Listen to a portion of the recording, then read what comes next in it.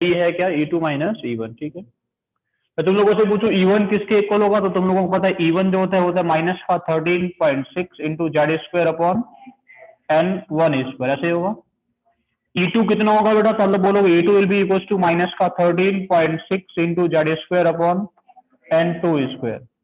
Delta E निकालोगे दोनों को बेटा रख ले इधर, तो क्या मिलेगा हम लोगों को 13.6 माइनस का 13.6 into Z square upon n two square minus minus का 13.6 into Z square upon n one square. Solve कर लोगे इसको, क्या आएगा 13.6 इंटू जेड स्क्वायर कॉमन आ जाएगा, क्या क्या बचेगा बेटा 1 upon n one square minus 1 upon n two square.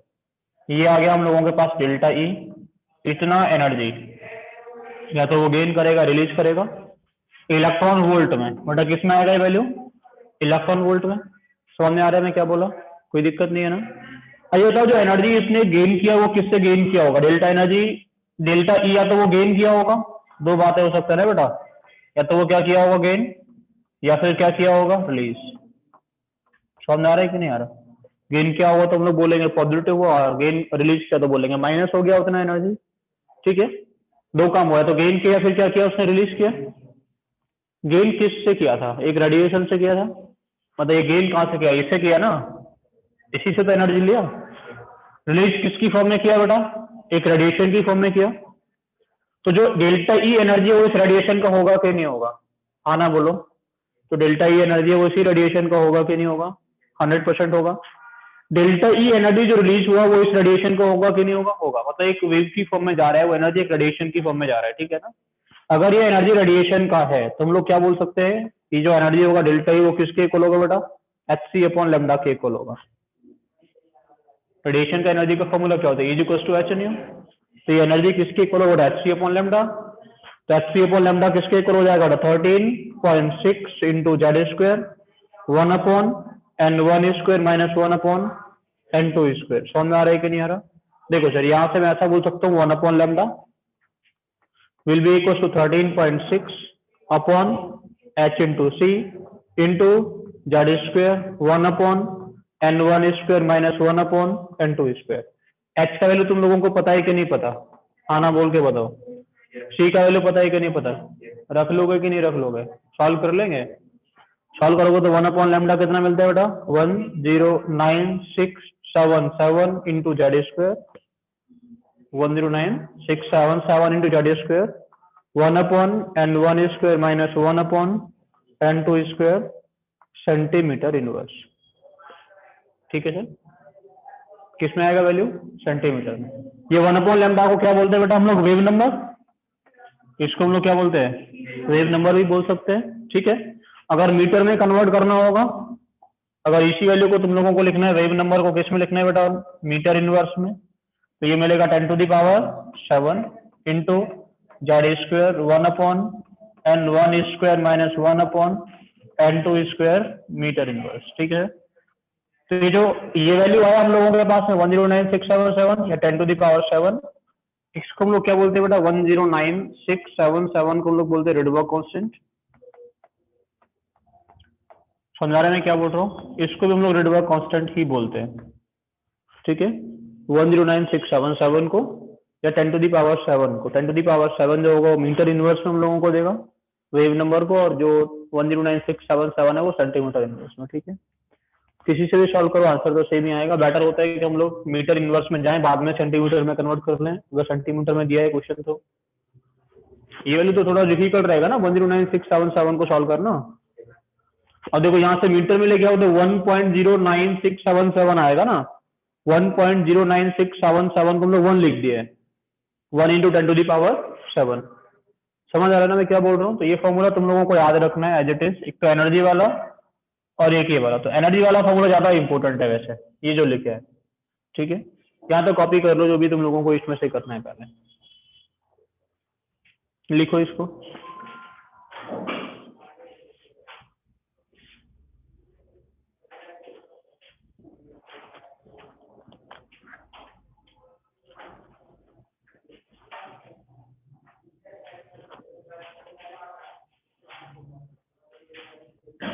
तो केमिकल काइनेटिक्स की कितने लोगों ने क्लास ली थी आप लोगों में से? तुम दोनों ने, और किसी ने नहीं ली ना? तुमने भी ली थी पूरी क्लास में? तुम्हारे थे सेंटर पे उस दिन? ऑनलाइन ली थी तुमने?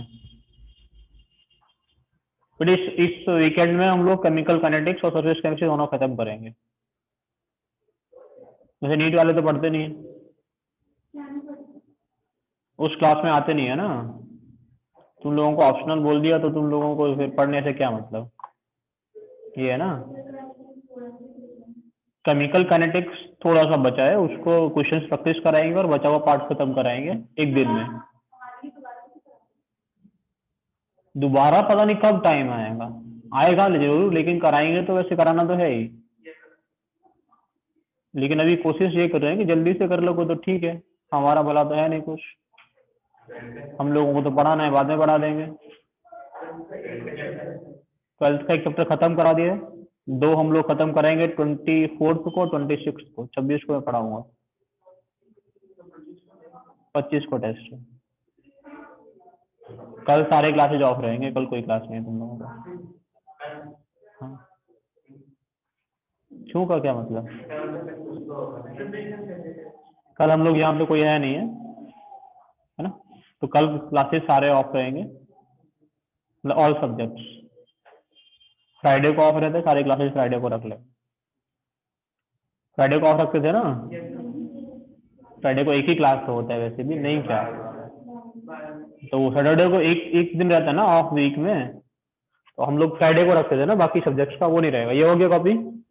देखो यहाँ से एक छोटा सा फॉर्मूला और निकालते हैं हम लोग, ये एनर्जी का फॉर्मूला समझ में आया? ठीक है सर, एनर्जी ठीक है। 25 को मंडे है, हाँ सुनो, delta E 13.6 into Z square, ये वाला फॉर्मूला तुम लोग याद रखना। एक ये वाला फॉर्मूला, एक ये भी हुआ था, दोनों फॉर्म में थोड़ा पता ही होना चाहिए, कन्वर्ट करना पड़े तो। ये समझ में आ रहा है सब कुछ? यहाँ तक तो कोई दिक्कत नहीं है ना किसी को? अब सुनो सर, क्लियर हुआ यहाँ तक सब कुछ? हटा दें इसको।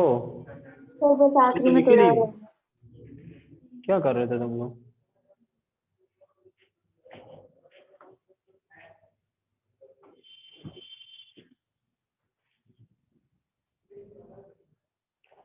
बट एक छोटा सा डेफिनेशन लिखो, आयोनाइजेशन एनर्जी।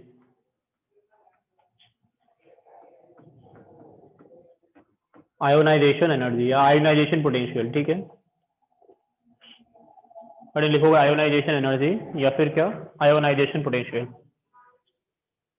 क्या होता है ionization energy? It is the amount of energy required, देखो amount of energy requires from, कहां से निकालेंगे बेटा? From the ground state. In general हम लोग लिखते हैं कि आउटर मोस्ट सेल से निकालते हैं। जब अगर तुम लोगों ने पीरियोडिक टेबल पढ़ा है उसमें याद हो तो हम लोग बोले थे energy required to remove an electron from the outermost shell of an isolated gaseous atom, ठीक है ना। लेकिन अभी जो हम लोग पढ़ रहे हैं वो कौन सा वाला आइटम पढ़ रहे हैं बेटा? ये सब कहानी किसके लिए पढ़ा जा रहा है? सिंगल इलेक्ट्रॉन एटम के लिए। बोर का थ्योरी किसके लिए वैलिड है? सिंगल इलेक्ट्रॉन एटम के लिए। वो सिंगल इलेक्ट्रॉन एटम कौन हो सकता है बेटा? हाइड्रोजन हो सकता है, हीलियम पे अगर पॉजिटिव चार्ज हो तो हो सकता है, एल पे 2+ हो तो हो सकता है, बेरिलियम पे +3 हो तो हो सकता है। यही कुछ कहानी, इनके अलावा कुछ नहीं पढ़ते। जो पूरा कहानी पढ़ा रहे हैं वो इन 4 आइटम के लिए पढ़ा रहे हैं, ठीक है ना। इनके अलावा कुछ नहीं होगा। तो पहला इलेक्ट्रॉन इन जनरल कहाँ मिलेगा? ग्राउंड स्टेट में। ग्राउंड स्टेट में पहले वाले एनर्जी लेवल में, ठीक है ना। तो it is the amount of energy required to remove an electron from the ground state of h like atom. H like atom मतलब सिंगल इलेक्ट्रॉन एटम की बात हो रही है। एच लाइक एटम मतलब जिसके पास में क्या होगा? एक इलेक्ट्रॉन होगा, ठीक है ना। तो सिंगल इलेक्ट्रॉन एटम बोलो या फिर एच लाइक एटम बोलो, एक ही बात है। एच लाइक एटम और सिंगल इलेक्ट्रॉन एटम कौन कौन होता है? हाइड्रोजन, He+, Li2+, ठीक है ना। देखो इलेक्ट्रॉन कहां से निकालोगे बेटा? N1 का वैल्यू क्या होगा? N1 का वैल्यू होगा 1, N2 का वैल्यू क्या होगा बेटा? बाहर निकालेंगे, कहां ले जाएंगे निकाल के? एटम से बाहर। एटम से बाहर मतलब कौन सा ऑर्बिट? 10th ऑर्बिट में। कहां ले जाएंगे बेटा एटम से निकाल के बाहर? इन्फिनिटी पे, ठीक है। ठीक है, एक एटम के चारों तरफ कितने तुम लोग सर्कुलर पाथ ड्रॉ कर सकते हो? इनफाइनाइट, यही बोले थे। तो उन सबसे बाहर ले जाने तो कहाँ ले जाएंगे, इनफाइनाइट पे ले जाएंगे, ठीक है। तो n1 का वैल्यू कितना होगा 1, n2 का वैल्यू कितना होगा बेटा इनफाइनाइट, तो डेल्टा ई एनर्जी कितना रिक्वायर्ड होगा, जो एनर्जी रिक्वायर्ड होगा उसी को तो आयोनाइजेशन पोटेंशियल बोलेंगे। अरे हाँ या ना, वो कितना होता है 13.6 into Z square 1/n1 square minus 1/n2 square, ये आएगा। 1/infinity कितना होता है बेटा 25, तो 0 होता है। जब 1/infinity कितना होता है 0, तो बेटा डेल्टा ई कितना आ जाएगा, यानी जो आयोनाइजेशन पोटेंशियल होगा उसका फॉर्मूला क्या बनता है, that is 13.6 into Z square electron volt पर एटम। समझ में आ रहा है मैं क्या बोल रहा हूँ, तो ये फॉर्मूला याद रखना आयोनाइजेशन पोटेंशियल का, तो रहता 13.6 into Z square electron volt पर एटम, ठीक है। समझ आया कुछ मैं क्या बोला, कोई दिक्कत यहाँ तक नहीं है ना, समझ आ रहा है सब कुछ, ठीक है। देखो सर यहाँ पे जो फॉर्मूला हम लोग लिख रहे थे इसमें n1 n2 क्या है वो आप लोग समझते हैं ना, या बताना पड़ेगा बेटा। n1 क्या है, n1 क्या होगा बेटा, जिसका एनर्जी कैसा होगा, कम होगा, लोअर एनर्जी लेवल, ठीक है ना। n2 क्या है यहाँ पे, n2 is higher energy level, n2 क्या हायर एनर्जी लेवल, ठीक है ना। मानो इलेक्ट्रॉन कहां से कहां जंप किया, 3 से लेके 1 में जंप किया, तो n1 कितना होगा बेटा, n1 कितना होगा 1, n2 कितना होगा इसमें 3। इलेक्ट्रॉन क्या किया 1 से 4 में जंप किया, तो n1 कितना होगा वो बताएगा पीछे वाला, 1 से 4 में जंप किया तो n1 कितना होगा 1, और n2 कितना होगा, और अगर 4 से 1 में जंप किया हो तो n1 कितना होगा, तो भी 1। समझ में आ रहा है ना, छोटा वाला एनर्जी लेवल, बस फर्क ये रहेगा कि 1 से 4 में जाकर एनर्जी क्या करेगा, वो गेन करेगा, तो यहाँ से आएगा तो क्या करेगा, एनर्जी रिलीज करेगा, बस ये फर्क पड़ेगा ना, एनर्जी तो सेम ही रहेगा ना। तो हमेशा लोअर एनर्जी लेवल को हम लोग क्या मानते हैं n1, और हायर को क्या मानेंगे हमेशा n2 लिया जाता है। ये समझ में आया कुछ, कोई दिक्कत किसी को इसको समझने में, कॉपी कर लिया पूरा कहानी, ये लिखे थे कि नहीं लिखे थे आयोनाइजेशन पोटेंशियल वाला टर्म, ये लिखो और फिर आगे सुनो।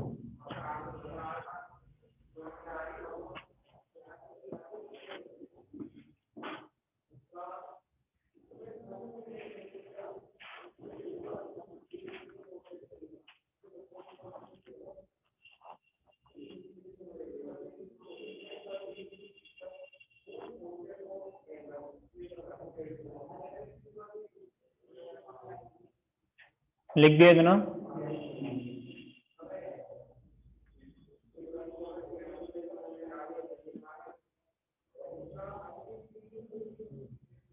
चलो फिर सुनो। देखो जब हम लोग स्पेक्ट्रम देखते हैं हाइड्रोजन का तो वो कुछ ऐसा दिखता है, हम लोगों के पास स्पेक्ट्रम में क्या होगा, कुछ लाइंस एक साथ दिखते हैं, फिर कुछ नहीं दिखता बेटा, फिर कुछ लाइंस दिखते हैं, फिर कुछ नहीं, ऐसा कुछ हम लोगों को देखने को मिलता है। मतलब कुछ लाइंस एक साथ रहता है, फिर कुछ गैप रहता है, फिर कुछ लाइंस मिलता है, फिर कुछ नहीं मिलता। मतलब क्या होता है, एक बंच ऑफ लाइंस टुगेदर रहता है, ठीक है ना। एक वन से मिलेगा लाइन, फिर कुछ नहीं मिलेगा, फिर गैप दिखेगा, फिर एकदम से लाइन मिलना स्टार्ट होगा, फिर कुछ नहीं मिलता, ऐसा कुछ मिलता है, ठीक है। तो ये हम लोगों को लाइंस एक साथ क्यों मिलते हैं उसको अलग अलग लोगों ने एक्सप्लेन किया, ठीक है। वो क्या क्या रहता है उसको समझना थोड़ा सा। मान लो हम लोगों के पास न्यूक्लियस है बेटा, ये पहला वाला एनर्जी लेवल, ये दूसरा, ये तीसरा, ये चौथा, ये क्या है पांचवा, और यहाँ पे क्या है बेटा एक इनफाइनाइट वाला है, ठीक है, ऐसा कुछ रहेगा। ये पहला वाला एनर्जी लेवल हो गया, ये दूसरा, ये 3 4 और ये 5, ठीक है। देखो मान लो तुम लोगों के पास एक कंटेनर है, इस कंटेनर में कौन सा वाला गैस लिए तुम लोग, हाइड्रोजन गैस।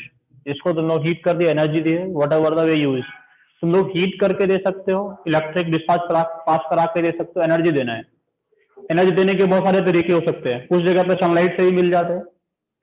समझ में आ रहा है कि नहीं आ रहा, डिपेंडिंग कि उसके इलेक्ट्रॉन को निकलने के लिए कितना एनर्जी चाहिए, एक्साइट करने के लिए कितना एनर्जी चाहिए।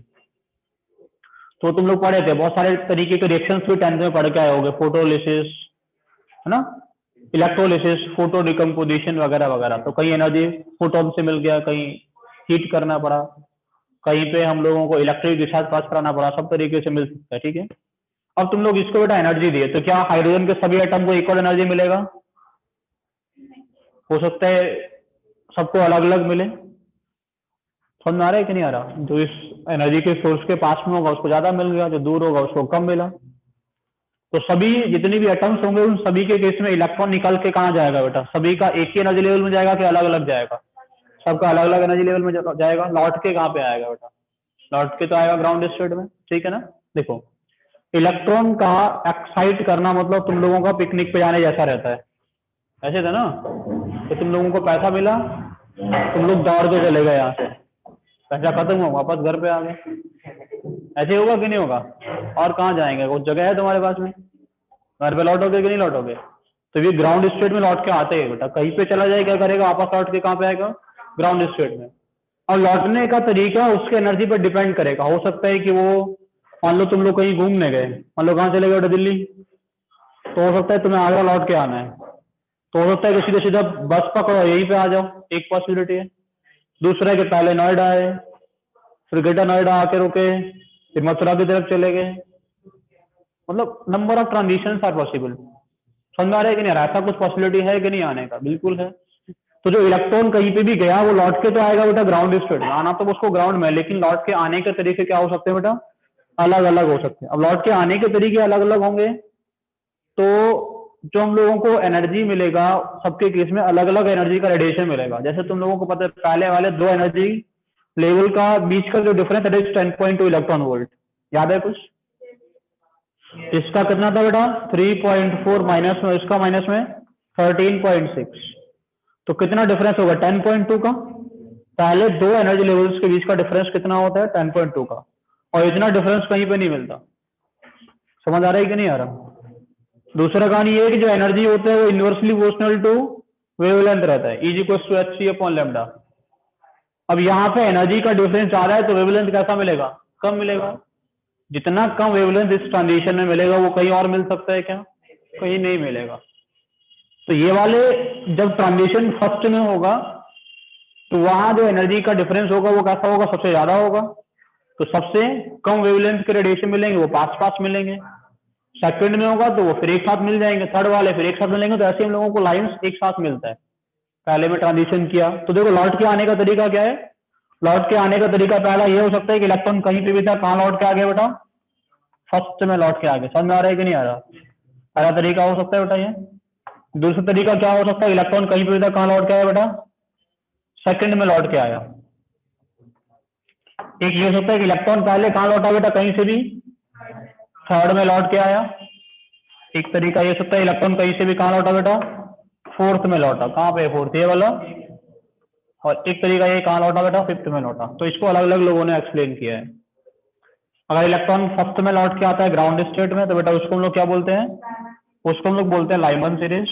इसको लाइमन ने एक्सप्लेन किया। उन्होंने बोला इलेक्ट्रॉन लौट के कहाँ पे आएगा बेटा? वन में। कहाँ से लौटेगा? कहीं से भी, ठीक है ना।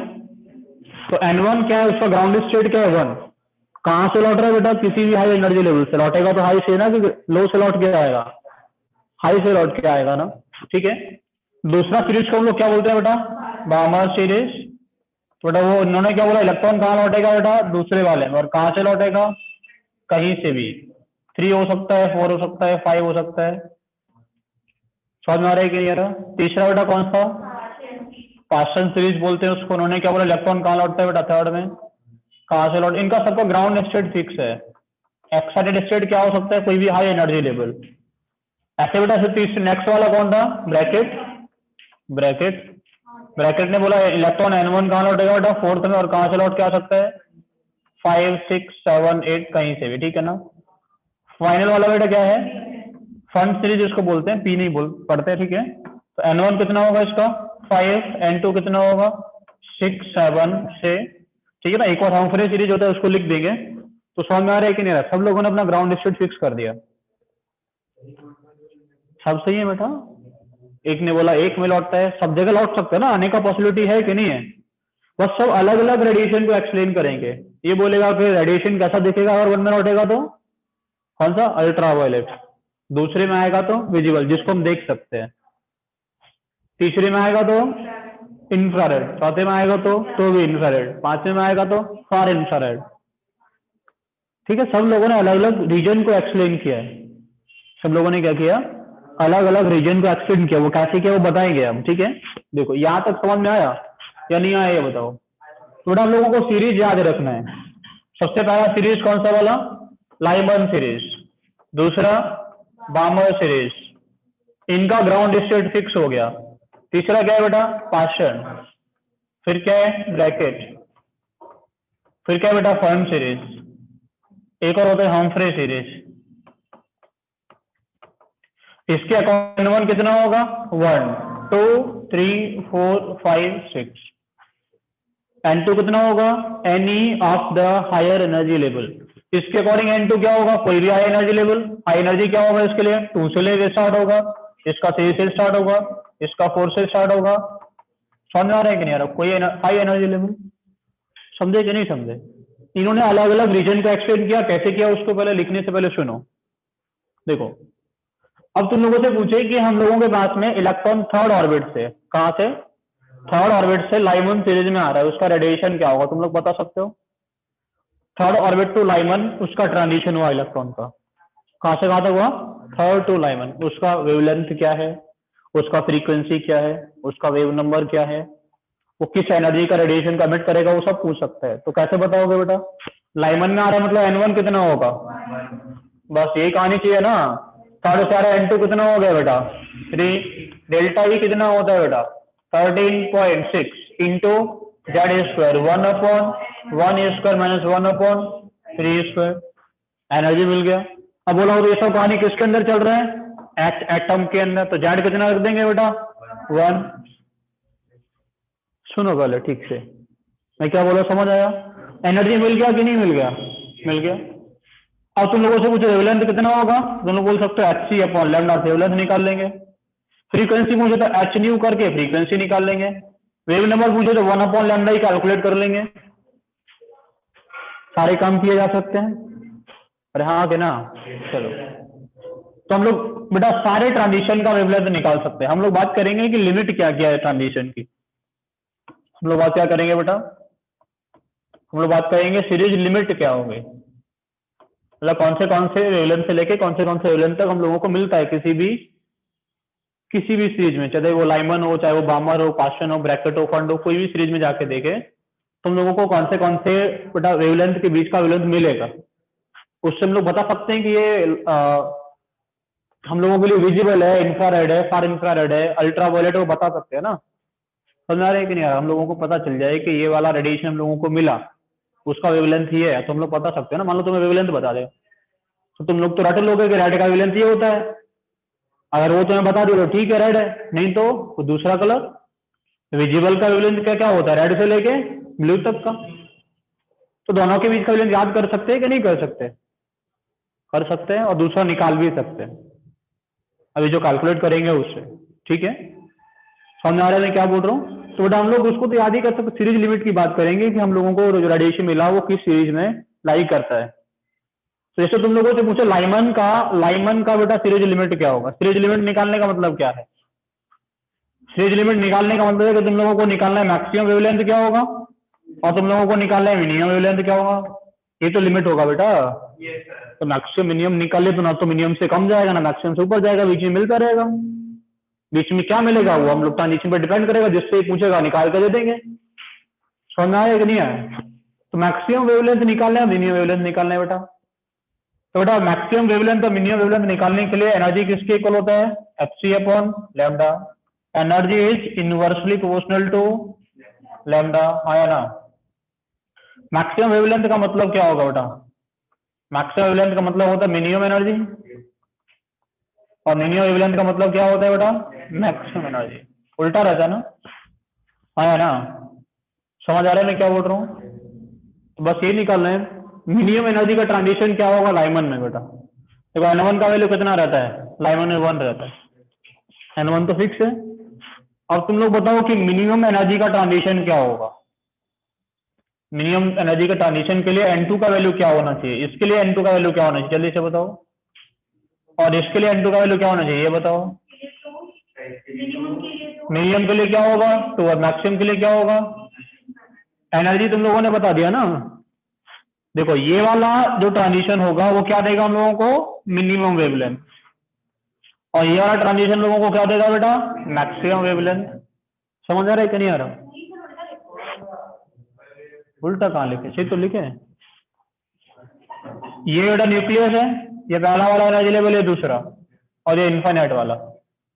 समझ में आ रहा है। इसका एनर्जी कितना 10.2, इसका कितना 10.2 13.6, माइनस का 13.6, इसका माइनस का 3.4, चलो इक्वल होना है। इसका कितना होगा बेटा तीसरे वाले का माइनस का 1.5, इसका कितना होगा बेटा 0। ये कौन सा वाला इनफाइनाइट वाला, समझ में आया। यहां से यहां तक का एनर्जी का डिफरेंस बताओ बेटा कितना है 10.2, यहां से यहां तक का बताओ कितना है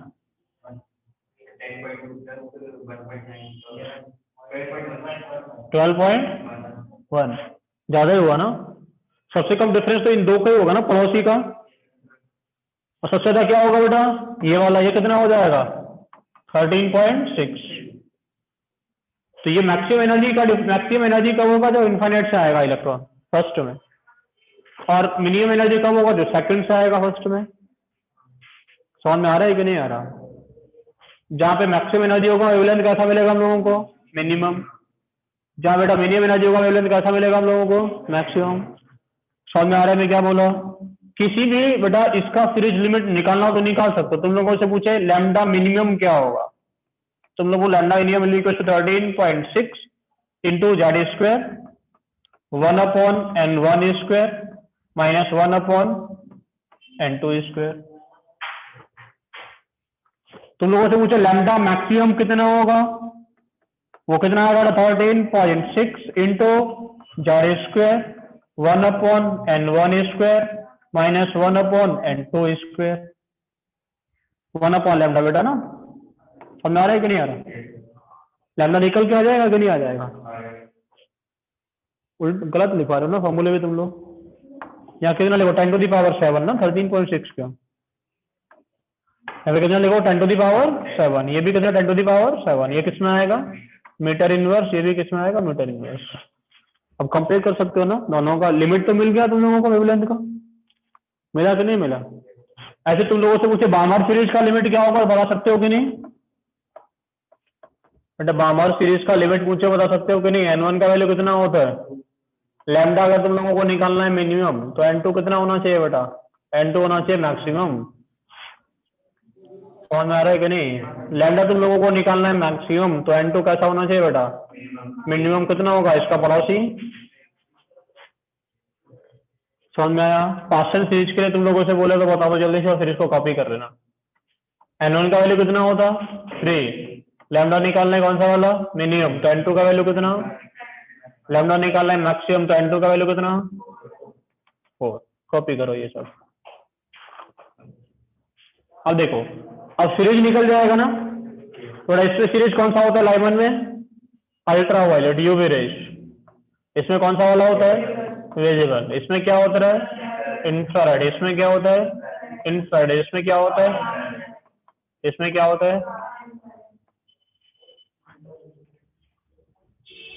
ठीक है सर, वो निकाले अभी हम लोग ऐसे निकाल के लिख दिए। ये सब कॉपी कर लो जल्दी से।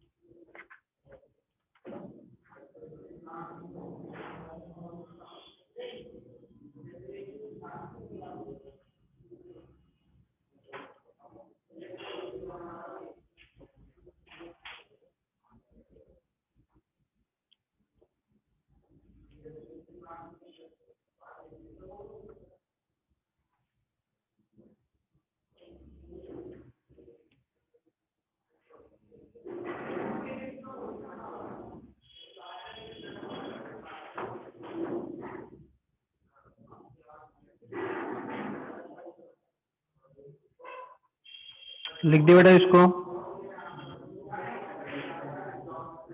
नहीं लिखे अब तक। क्या कर रहे हो तुम लोग। तुम्हारी कॉपी कहाँ है आज? हाँ क्या कर रही हो? नोट बन रहे हैं तुम्हारे?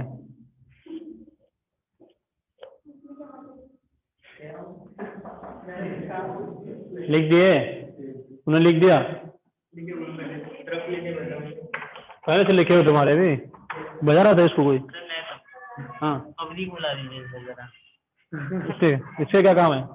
फिर से साइकिल की चाबी ले आए? नहीं लगा के आ गई, मेरी साइकिल में को जाना है। तो ऐसा क्यों करके आते हो? ये कभी किसी बाइक को बांध के आ जाती है। अब क्या हो गया?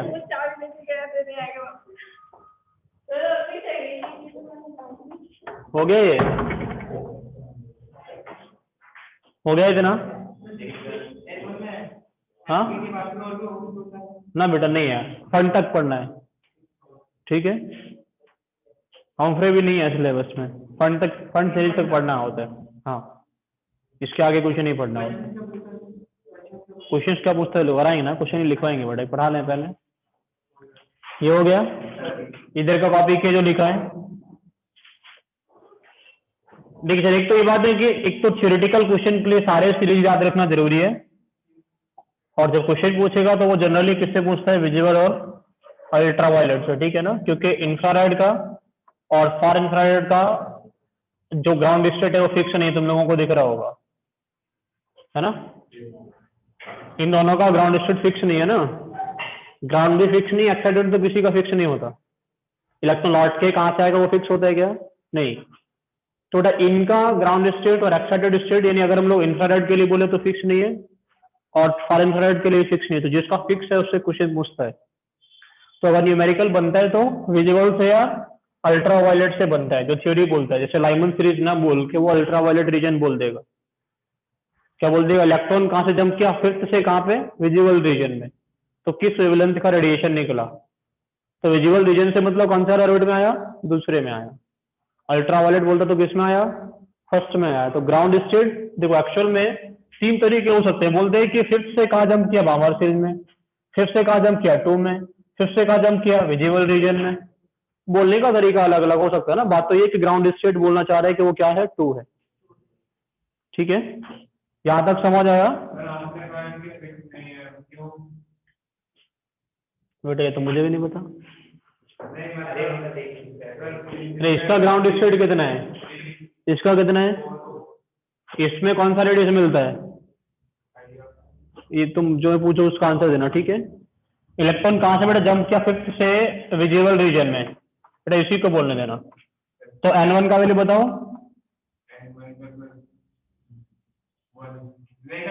टू, ठीक है?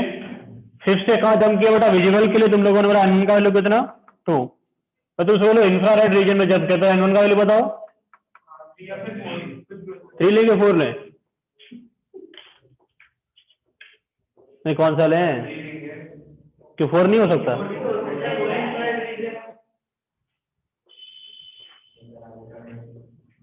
अरे 3 में आएगा तो कौन सा रीजन?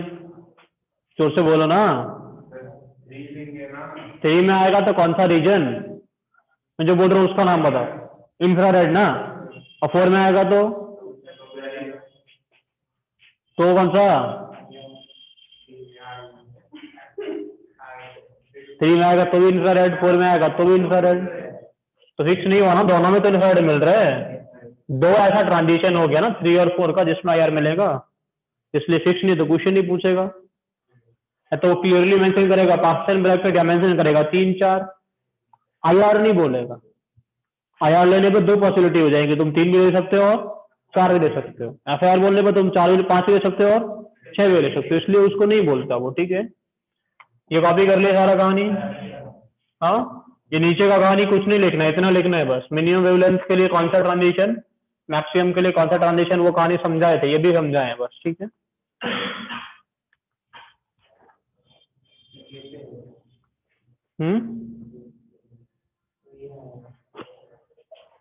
मेयर आ गया? मजा आ रहा है इसको?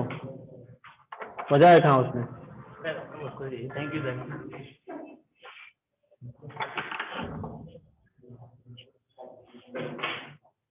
तो उस दिन किस मसूद सर की बाइक से बांध आए थे?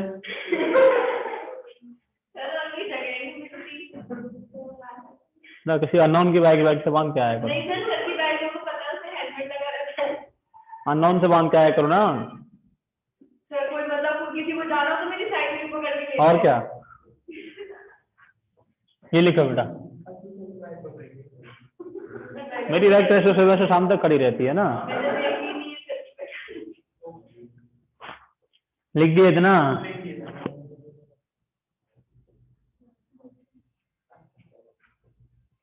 नेक्स्ट लिखो बेटा, थोड़ा सा और सुनो, इसमें थ्योरी फिर क्वेश्चन कराते। देखिए सर, क्या बोल रहे हैं, शादी में जाना है मुझे। क्यों, आप शादी चल रही है अभी?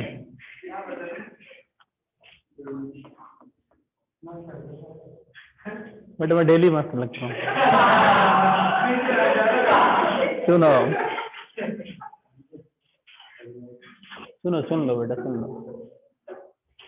देखो सर, देखो हम लोगों के पास में कोई भी सीरीज होता है, कोई भी सीरीज, उसमें हम लोगों को क्या मिलते हैं, कुछ रेडिएशंस मिलेंगे, कुछ ऐसे, है ना, ऐसे होगा। जो किसी भी सीरीज का पहला लाइन होता है उसको हम लोग बोलते हैं एच अल्फा लाइन। क्या बोलते हैं? H alpha. दूसरे लाइन को क्या बोलते हैं? H beta. तीसरे वाले को एन एच डेल्टा। चार डिफाइन करते हैं बस, ठीक है ना। H alpha, H beta, H gamma, H delta, ठीक है। जैसे अगर तुम लोगों से पूछे लाइमन सीरीज का एच अल्फा लाइन क्या होगा, लाइमन, तो लाइमन का तुम लोगों को पता है N1 कितना होता है, 1। समझ में आ रहा है कि नहीं आ रहा? चलो लाइमन सीरीज के लिए तुमसे पूछता हूँ, लाइमन का N1 तो फिक्स है, N1 कितना होगा, 1 होगा, ठीक है ना। तो एच अल्फा लाइन के लिए N2 का वैल्यू कितना होता है बेटा, 2। इसके लिए N2 का वैल्यू कितना होगा, 3। तो जो पहला वाला लाइन होगा वो मिनिमम एनर्जी का लाइन होगा, यानी मैक्सिमम वेवलेंथ का। डिक्रीजिंग ऑर्डर ऑफ वेवलेंथ में रेडिएशन प्रेजेंट है, ठीक है ना। पहला लाइन कैसा, मैक्सिमम वेवलेंथ, फिर उसके बाद में कम होता गया, ऐसे ही फिर मैक्सिमम, फिर उसके बाद में कम होता गया। समझ में आ रहा है मैं क्या बोल रहा हूँ? तो किसी भी सीरीज का मैक्सिमम वेवलेंथ का जो लाइन होता है उसको एच अल्फा लाइन बोलते हैं, और जो सेकंड मैक्सिमम होता है उसको क्या बोलते हैं, एच बीटा। समझ में आ रहा है कि नहीं? तो मिनिमम तो तुम लोग निकाल नहीं सकते, थोड़ा कॉमन सेंस लगाना है इसमें, जब भूल जाओ तो। जैसे तुम लोगों से पूछे कि मिनिमम वेवलेंथ निकालो, निकाल दोगे तुरंत से। N1 का वैल्यू कितना ये बताओ, 1। N2 का वैल्यू कितना होगा, ये किसके लिए बेटा, लैम्डा मिनिमम के लिए, ठीक है ना। अच्छा सोचो लैम्डा नेक्स्ट मिनिमम निकालो, इसके बाद वाला मिनिमम। तो N1 कितना होगा बेटा, 1। N2 कितना होगा, इन्फिनिटी माइनस, और ये कितना होता है, तो निकाल पाओगे क्या, नहीं निकाल पाओगे ना। समझा रहे में क्या बोल रहा हूँ? तो पूछेगा ही नहीं ना ये तो चीजें निकालने के लिए, तो निकाल ही नहीं सकते, उसको पूछेगा नहीं। समझा रहे कि नहीं? तुम लोगों से पूछे लैम्डा मैक्सिमम निकालो, तो तुम लोग तुरंत बताओगे N1 का वैल्यू कितना, 1। N2 का वैल्यू कितना बेटा, 2।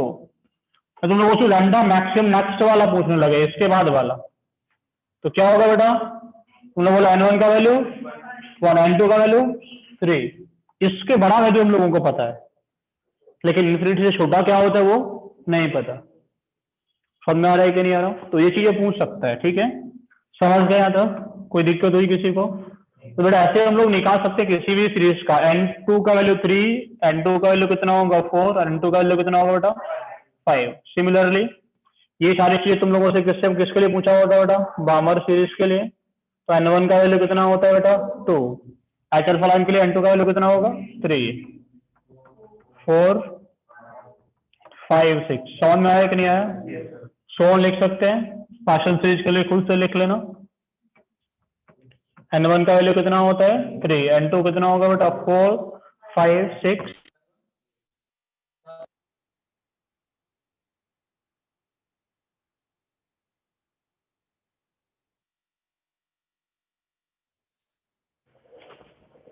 और क्वेश्चंस लिखो।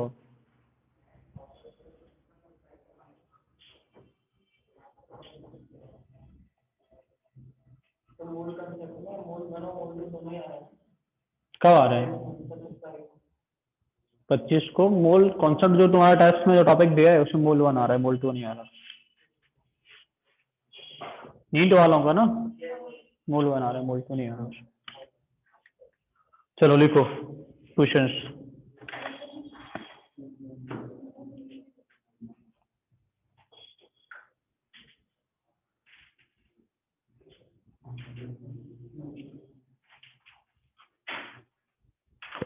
क्वेश्चन लिखो, व्हाट ट्रांजिशन, तुम कैसे लिखोगे? लिखो what transition in hydrogen spectrum. Question लिखो what transition in hydrogen spectrum, what transition in hydrogen spectrum, what transition in hydrogen spectrum would have the same wavelength, would have the same wavelength as the Balmer transition,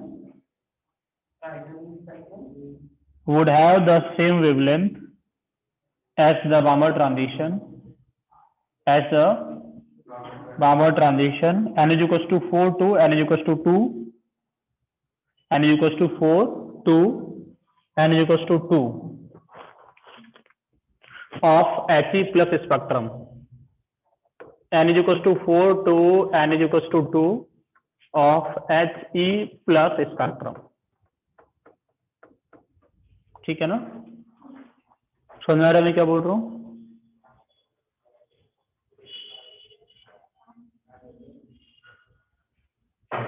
समझ गए?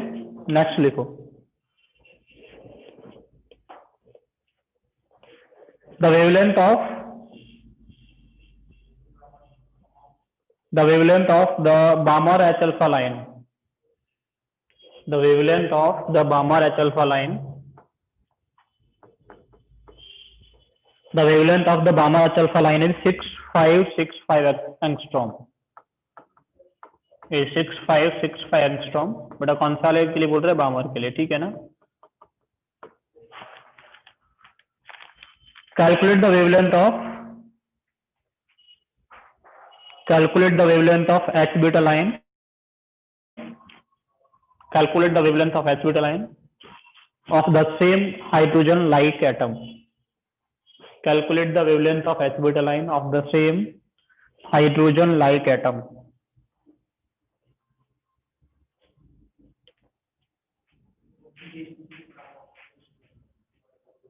Next लिखो बेटा, the radius of an orbit of hydrogen atom, the radius of an orbit of hydrogen atom is 0.85 nanometer. The radius of an orbit of hydrogen atom is 0.85 nanometer. Calculate the velocity of electron in this orbit. Calculate the velocity of electron in this orbit. Calculate the velocity of electron in this orbit.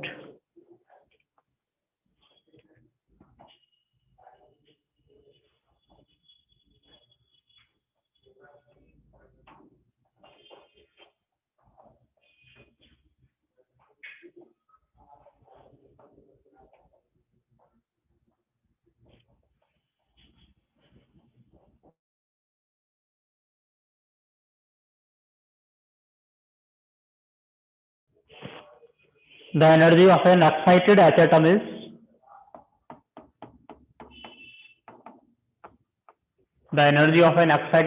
is minus 3.4 electron volt. Calculate the angular momentum of electron. Calculate the angular momentum of electron in this orbit. Calculate the angular momentum of electron in this orbit.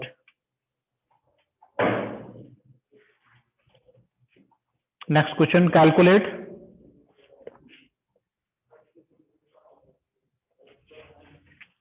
the wave number.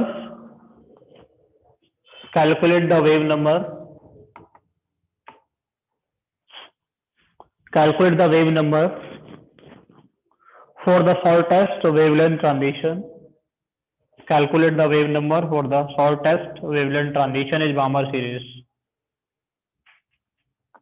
Calculate the wave number for the shortest wavelength transition in बामर series. ठीक है ना, बामर series में बेटा निकालना है, ठीक है ना। फिफ्थ क्वेश्चन होगा, एक और लिखो six.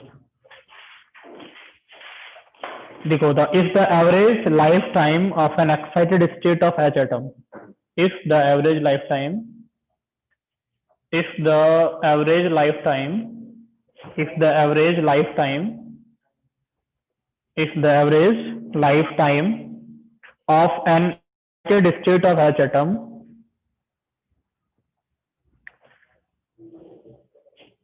of an excited state of H atom is of order 10 to the power minus 8 second, is of order 10 to the power minus 8 second।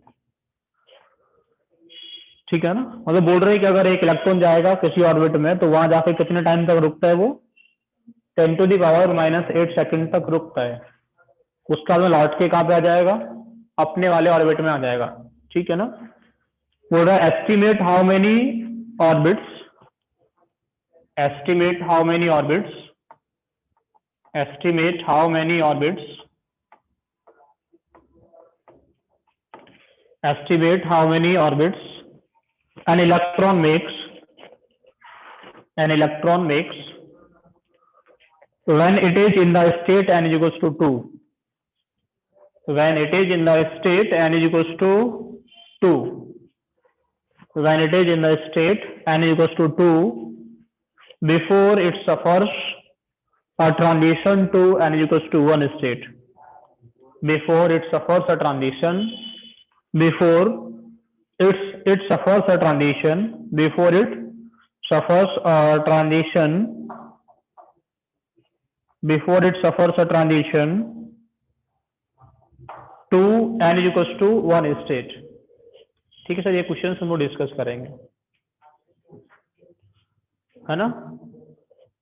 तो सबसे पहला तो ये तो पांचवा वाला क्वेश्चन कर सकते हो, ये बाद में डिस्कस करेंगे, पहले होता पांचवा वाला तो इजी वो जल्दी डिस्कस कर लेते हैं। हाँ कुछ कर रहे थे,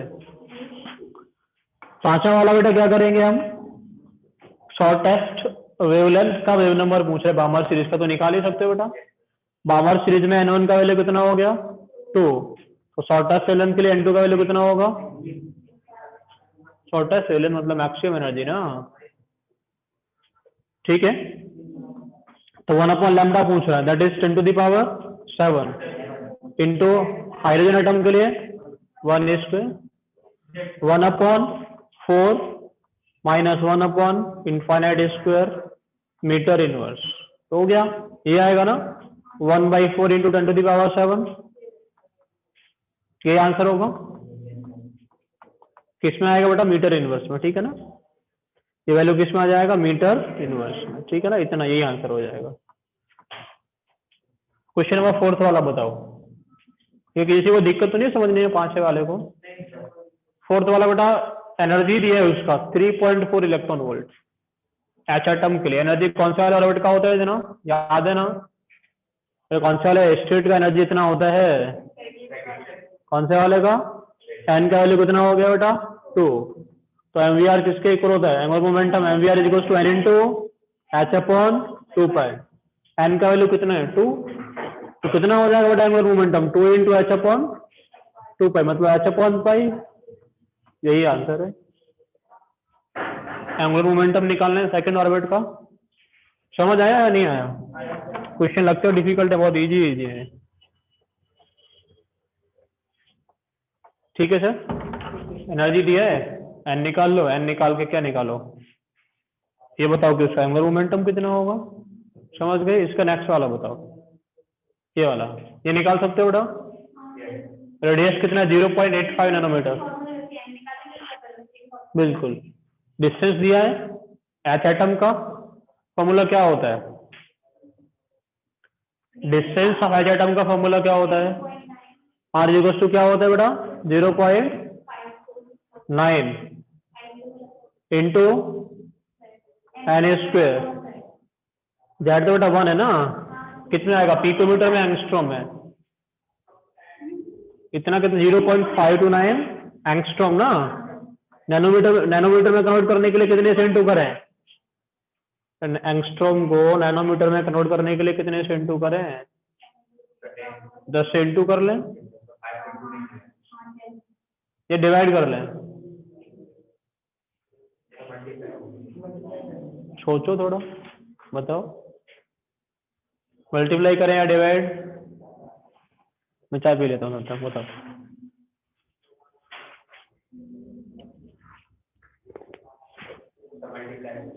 मल्टीप्लाई करें और पिकोमीटर में कन्वर्ट करने के लिए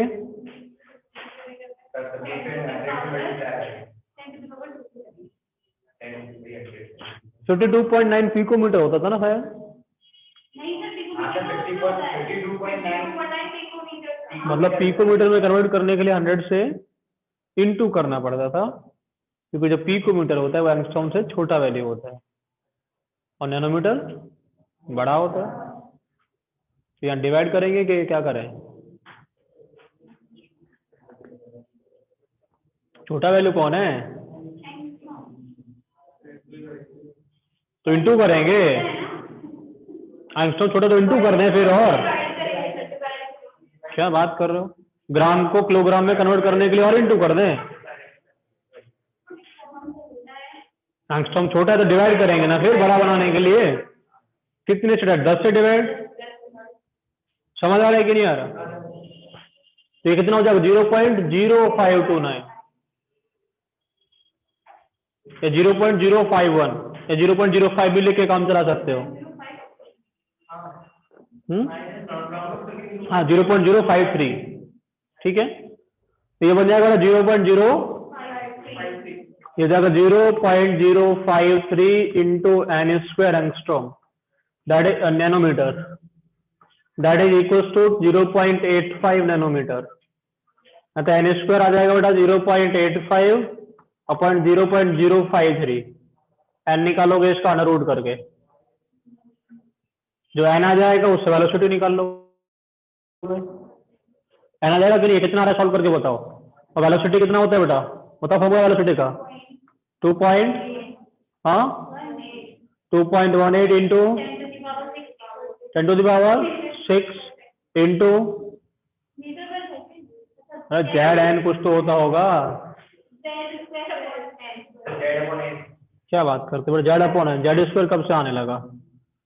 इतना मीटर पर सेकेंड। तो जेड तो 1 है तो 1 अपॉन एन लिख दूं। एन निकालो, सॉल्व करके रख लो यार, कॉपी करो। तुम लोग बेटा सही से नहीं पढ़ते ना, तभी तो तुम लोगों से क्वेश्चंस नहीं होते सही से। ये फॉर्मूला गलत बता रहे थे। तुम 1 घंटा तो पिकोमीटर को और एंगस्ट्रॉम में कन्वर्ट करने में लग जाता, कैसे क्वेश्चन होता फिर? छोटी सी वजह से तुम लोग पूरा ही क्वेश्चन गलत कर देते। ऐसा नहीं होता बेटा, ऑप्शन मैच नहीं होता, 100% होता। 100% ऑप्शन तो 100% मैच होता है। ऑप्शन मैच नहीं होगा तो फिर कोई गलत नहीं करेगा, सब सही करके आएंगे ना। जब तक आंसर नहीं आएगा तब तक करते रहेंगे। हाँ तो तुक्का मारने वो अलग बात है ना। कम से कम जो जाएगा वो तो टेस्ट जिस दिन जाएगा वो कम से कम सॉल्व तो करेगा ही नहीं उसको जाके। सब थोड़ी तुक्के मारते, कितने लोग मारते तुक्के? कितना परसेंट मारते हैं? सारी पॉपुलेशन तो तैयारी करके जाती है। आंसर ही नहीं आएगा तुम गलत क्यों करके आते हो उसको? फ्रेम ही ऐसा होता है कि तुम गलत तरीके से करो वो भी आंसर आए। ये बताओ इसको क्या करें? पहला वाला क्वेश्चन, दूसरा वाला क्वेश्चन। अच्छा दूसरा वाला क्वेश्चन एच अल्फा लाइन का दिया है बेटा, एच बीटा लाइन का पूछ रहा है। वेवलेंथ दिया है एच अल्फा लाइन का, तो 1 upon lambda, 1 upon lambda is equal to 10 to the power 7 into Z square 1 upon n1 square 1 upon 4 minus 1 upon 9। ये होगा ना। इसके क्या रख लूँ बेटा लैम्डा की जगह पे? 6 5 into 10 to the power minus 9 metre में आ गया सब कुछ। सॉल्व करके जेड निकाल लेना। तो जेड आएगा उसको इसमें यूज करेंगे एच बीटा में निकालने के लिए। तो 1 upon lambda will be equal to 10 to the power 7 into Z square 1 upon n1 कितना होगा बेटा? 4 माइनस n2 कितना होगा? बाकी सब तो पता ही है ना, क्या जरूरत थी निकालने की, जेड पता चल जाए तो उठा से यहाँ रख लेंगे।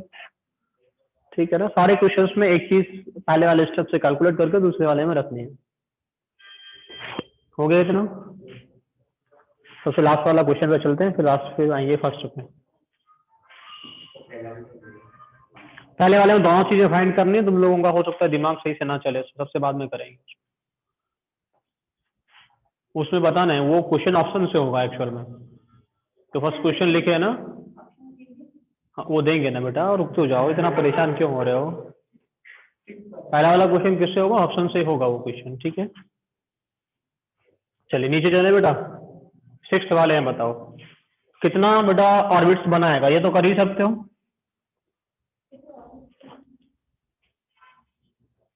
बोल रहे हैं कि इलेक्ट्रॉन अगर दूसरे वाले ऑर्बिट में कितने टाइम के लिए रुकता है, 10⁻⁻8 सेकंड के लिए रुकता है, तो कितने बार वो गोल गोल घूम जाएगा, ये पूछ रहा है ना। मतलब आयुष क्या करें, आयुष के प्रियांशु क्या करें? वो बता तो रहे बेटा, ये तो बता रहे, तो तुम कहाँ थे अब तक?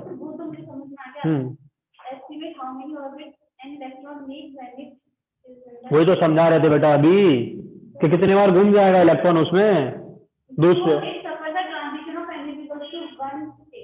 हाँ तो क्या दिक्कत, मतलब इसका ये है कि तुम यहाँ से अपने घर पे गए, घर पे घूमे गोल गोल, स्कूल फिर आए कोचिंग, कोचिंग आने से पहले कितने बार घूमे,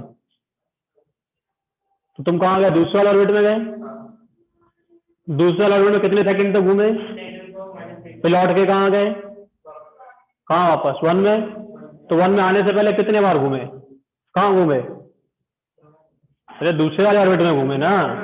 तो जो इंफॉर्मेशन उस क्वेश्चन में जो चाहिए काम था वो हम लिख दिए इधर, कितना सेकंड तक घूमेगा, किसमें घूमेगा, दूसरे वाले ऑर्बिट में घूमेगा, तो कितने बार घूमा।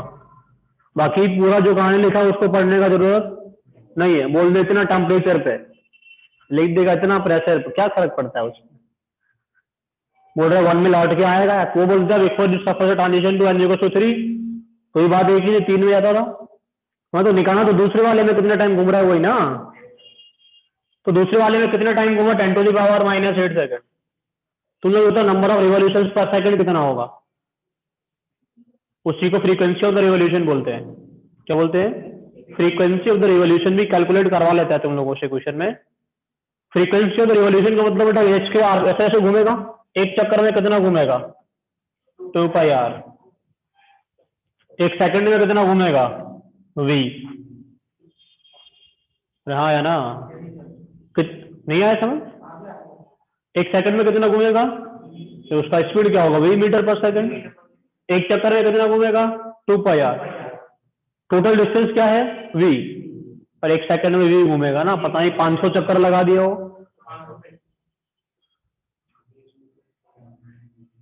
क्या कहते हो तुम, समझ आ रहा है क्या बोल रहा हूं? नहीं आया समझ? तो बेटा ये है एक सेकंड की कहानी, ये है total distance travelled in 1 second.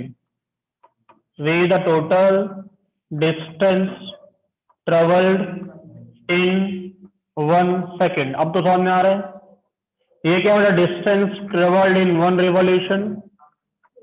समझ में आ रहा है कहीं, डिस्टेंस ट्रेवल्ड इन 1 रिवॉल्यूशन। अगर तुम लोगों से पूछा नंबर ऑफ रिवॉल्यूशन निकालो, तो total distance upon distance travelled in 1 revolution कर दोगे।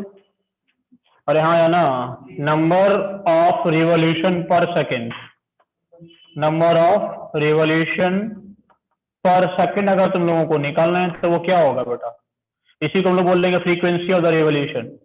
वो क्या होगा, डिस्टेंस ट्रेवल्ड है ना, ये होगा v अपॉन 2πr, इसी को हम लोग बोलते हैं फ्रीक्वेंसी ऑफ द रिवॉल्यूशन। ठीक है सर, ये निकाल सकते हो कि नहीं निकाल सकते, समझ में आ रहा है मैं क्या बोल रहा हूँ, ये निकालोगे कि नहीं। v upon 2πr into frequency, v upon 2πr निकाल लोगे, ये आएगा फ्रीक्वेंसी ऑफ द रिवॉल्यूशन, ये आएगा कितना उसने रिवॉल्यूशन किया 1 सेकंड में, आया ना। अब तुम्हें टाइम दिया है कि नहीं दिया, कितना टाइम दिया है, उसे इंटू कर लेंगे तो टोटल रिवॉल्यूशन आ जाएगा उतने सेकंड में, कोई दिक्कत। तो वेलोसिटी बताओ उसमें कितनी होगी, मुझे बताओ। बड़ी दिक्कत हो गई है, वेलोसिटी तो दिया ही नहीं। एन दिया है तो वेलोसिटी क्यों नहीं निकाल सकते? हंसने की बात नहीं है, निकाल सकते हो। निकाल सकते कि नहीं? निकाल सकते हो। वेलोसिटी कितना होगा ये बताएगा बेटे, इसको बताने दो। हाँ फॉर्मूला तो पता होगा।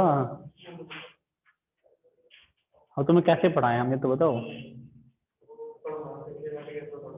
तुम्हारी कॉपी में लिखा हुआ है? कॉपी घर पे रह गई, बड़ी दिक्कत हो गई ना। समस्या ही समस्या जिंदगी में।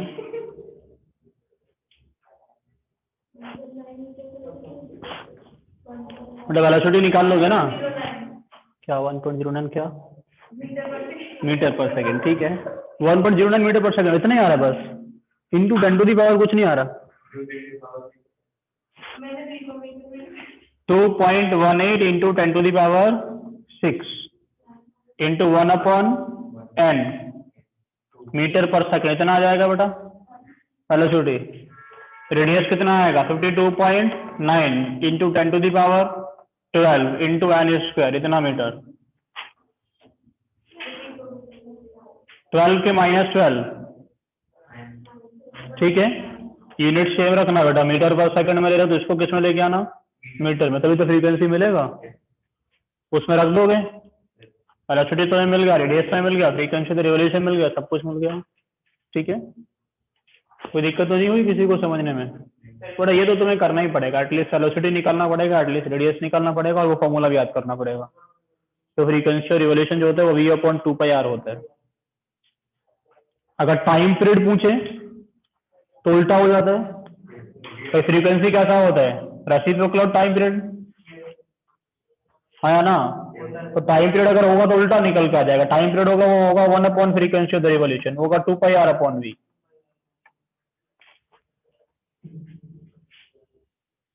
ठीक है, तो कभी कभी टाइम पीरियड भी पूछ लेता है, कभी कभी फ्रीक्वेंसी ऑफ द रिवोल्यूशन भी पूछ लेता है। वो चीजें बेसिक है सब कुछ। ये जो फ्रीक्वेंसी होता है वो रेसिप्रोकल ऑफ टाइम पीरियड होता है, वो शायद 8th क्लास में पढ़े होगे पहली बार, वहीं पे वेव वगैरह पढ़ते थे तुम लोग, याद हो तो। तुम्हें अभी 11th का याद नहीं तो 8th का कैसे याद होगा? तुमने मोल का फॉर्मूला याद कर लिया कि नहीं किया अभी तक? बताओ क्या होता है मोल?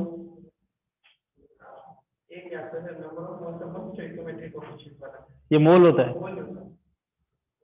क्या होता है मोल? कल ही पढ़े थे, बड़ी दिक्कत हो गई। क्या करें बेटा, कैसे करोगे? क्या समझाएं तुम्हें, क्या बढ़ाएं? तुम बताओ मोल क्या होता है? इसको बताने देगा। हाँ, carbon atom, atom in 12 hydrogen. Hydrogen में कार्बन कहाँ से आया? बेटा रुक जाओ, उसको बोलने दो, वो बोल रहे तो। हाँ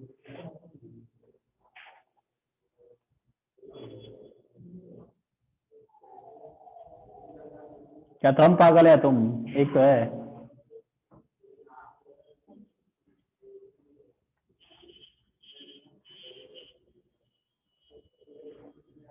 बताओ सर,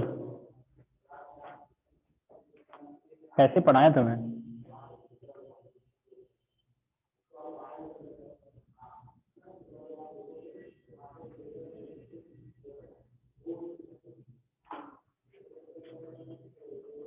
पीछे वाले को बोलो, मोल का फॉर्मूला बताओ, मोल क्या होता है?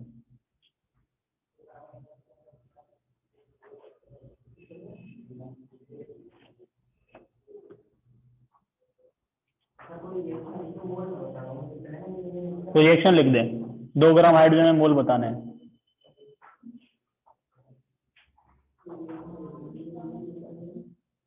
ये लिखना पड़ रहा है तुम्हें।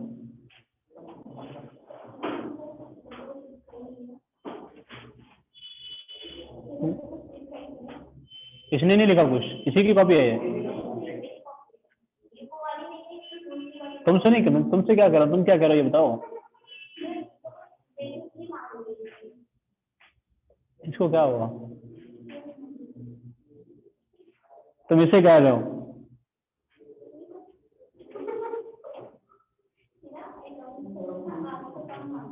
अच्छा ठीक है, मैं इससे बोल रहा हूँ बेटा। 2 ग्राम में बताओ तुम, 2 ग्राम में कितने मोल? 2 ग्राम हाइड्रोजन में कितने मोल होंगे? 0.5 मोल। कैसे पता चला तुम्हें?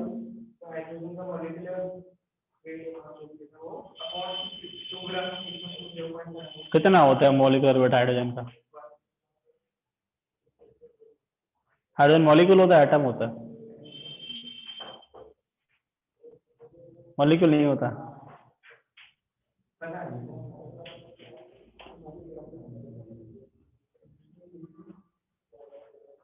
तो मॉलिक्यूलर वेट अपॉन मास जो होता है उसको मोल बोलते हैं।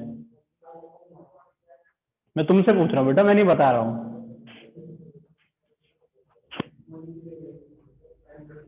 चलिए सर, कोई दिक्कत नहीं है। ये क्वेश्चन हुआ, देखो पहला वाला जो क्वेश्चन है दैट, उसको हम लोग ऑप्शन से कैसे सॉल्व करेंगे उसकी बात हम लोग करते हैं। देखो ठीक से समझना, क्वेश्चन शायद बोल रहा था कि जो यहाँ पे क्वेश्चन एक बार कोई रीड करेगा, फिर से एक बार पढ़ो।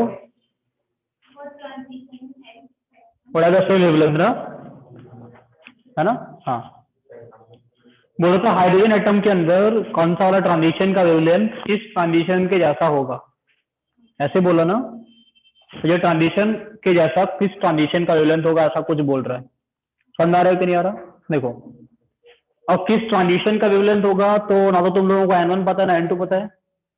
समझ आ रहा है कि नहीं आ रहा? तो ऑप्शन तुम लोगों को मिलेगा, मान लो ऑप्शन मिला 3 to 1, ऑप्शन मिला 2 to 1, ऑप्शन मिल गया 4 to 2, ऐसे ऑप्शन मिलेंगे ना?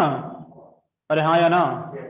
ऑप्शन मिलेगा क्या? मिलेगा 6 to 3, ऐसे तुम लोगों को ऑप्शन मिलेंगे कि किस ट्रांजिशन का वेवलेंथ इस जो N=4 to N=2 He+ का है उसके जैसा होगा। ठीक है, अब कैसे सॉल्व करोगे उसको समझो। देखो 1/λ will be equals to 10⁻7 into Z², कितना हो जाएगा? 4 N1² माइनस N2²।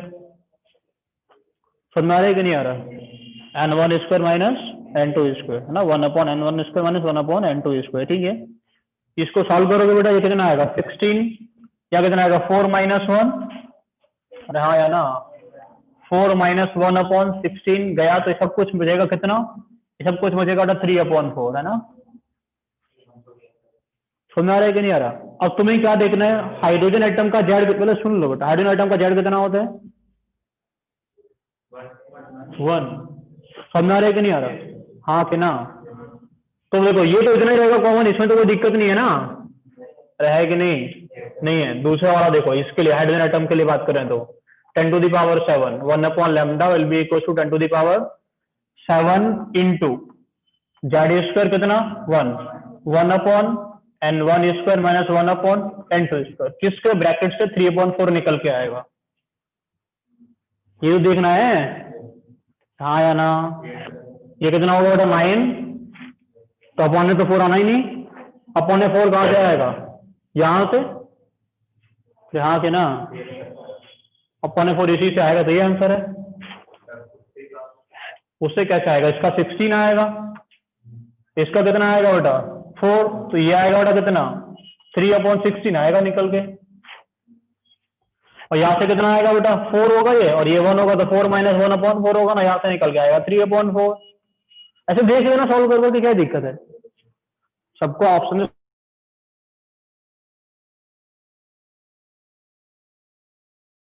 निकल के आएगा 36 माइनस 9 अपॉन कितना आएगा? एलसीएम कितना है? 36 ही आएगा, ये निकल के आएगा। तो सॉल्व कर लेना कहां से ब्रैकेट से क्या निकल के आ रहा है, जिसके ब्रैकेट से 3/4 निकल के आएगा वही आंसर हो जाएगा, है ना? तो ये जो क्वेश्चन था वो किससे होना था? ऑप्शन से ही होना था। समझ गए मैं क्या बोल रहा हूँ? और कोई तरीका नहीं था। ठीक है, लिख लो इसको, क्या किए वो समझ में आ गया तुम लोगों को? ऑप्शंस भी लिख लो और इसको लिख लो कैसे करना। ऊपर वाले में, इसमें ये वाला, ये वाला थोड़ा 36 हो गया, 6 का स्क्वायर 3 का स्क्वायर 9। हाँ, तो बेटा इसमें आएगा कितना? 6 माइनस 3 कितना टाइम्स आएगा? 9 टाइम्स। देखो ऐसा आएगा 1/, लिख लेते हैं 1/36, ये होगा 1/9, एलसीएम कितना हो जाएगा 36, तो ये हो जाएगा बेटा 4 माइनस 1/36, है ना, ये 1/12 निकल के आए।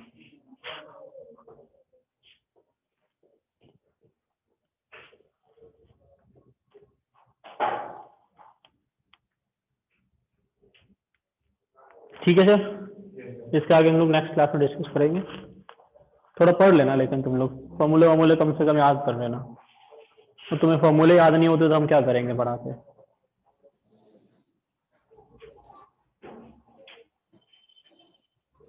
तुम्हें पता नहीं कितनी बार बता चुके बेटा, पढ़ना तुम्हें ही है, फिर भी तुम लोग नहीं पढ़ते हो। ठीक है सर बेटा, एक ये बात ये कि कल कोई भी क्लास नहीं होगी तुम लोगों की, सारे क्लासेज ऑफ है कल, ठीक है। हाँ